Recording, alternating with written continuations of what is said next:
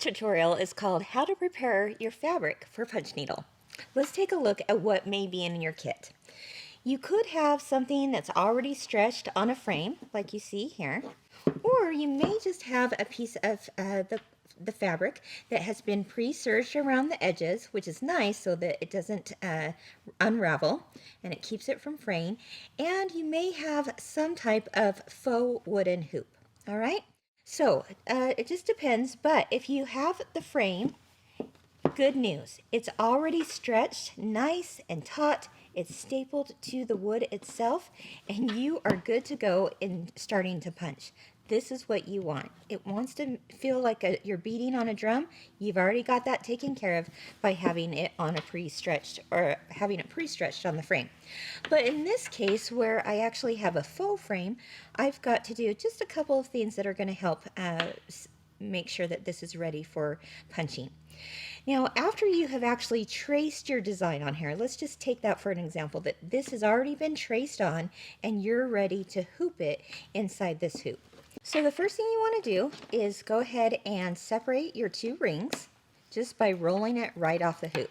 The nice thing about this type of faux wooden hoop is that you've got a little piece of hardware that can either land on the top of your design this way if it was a vertical design, or you can shift it so it lands this way if it's a horizontal design. I'm going to give you a little tip. You actually want to take like a kitchen towel or a bath towel and lay it on your table so that you have a little more surface area for your ring to not slide around. If I were to try to do it on this hard table, it might start sliding, but if I put like a bath towel down, I've got a pretty good grip to do this with, okay? So this inner ring, this white ring, has like this divot edge, and that's nice because it's going to keep your fabric nice and taut.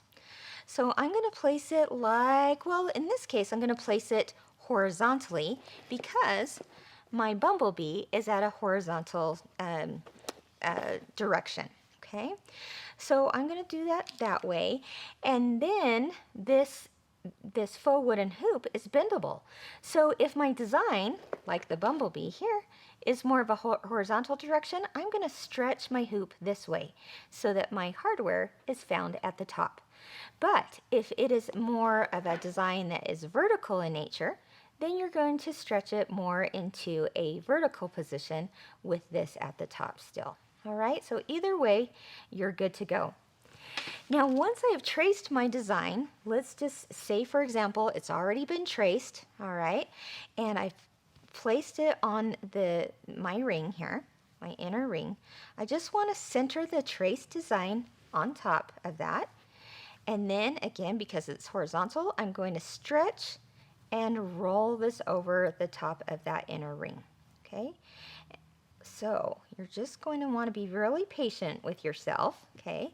And you're going to place that into one side and then do what I would call a stretch and roll. So if I'm stretching it and rolling it at the same time, then I'm able to get that right in the hoop. All right. Now that that is in the hoop, see, oh, gotta love that little towel tip, right? Now I want to make sure this is nice and taut. You can see here that it kind of gave you a little bit of wrinkle. We want to stretch that out. So make sure you just turn it over and give it a good little pull, a good little tug, just like so, and really stretch this out as far as it can go so that when you tap on it, just like that, it beats like a drum, all right?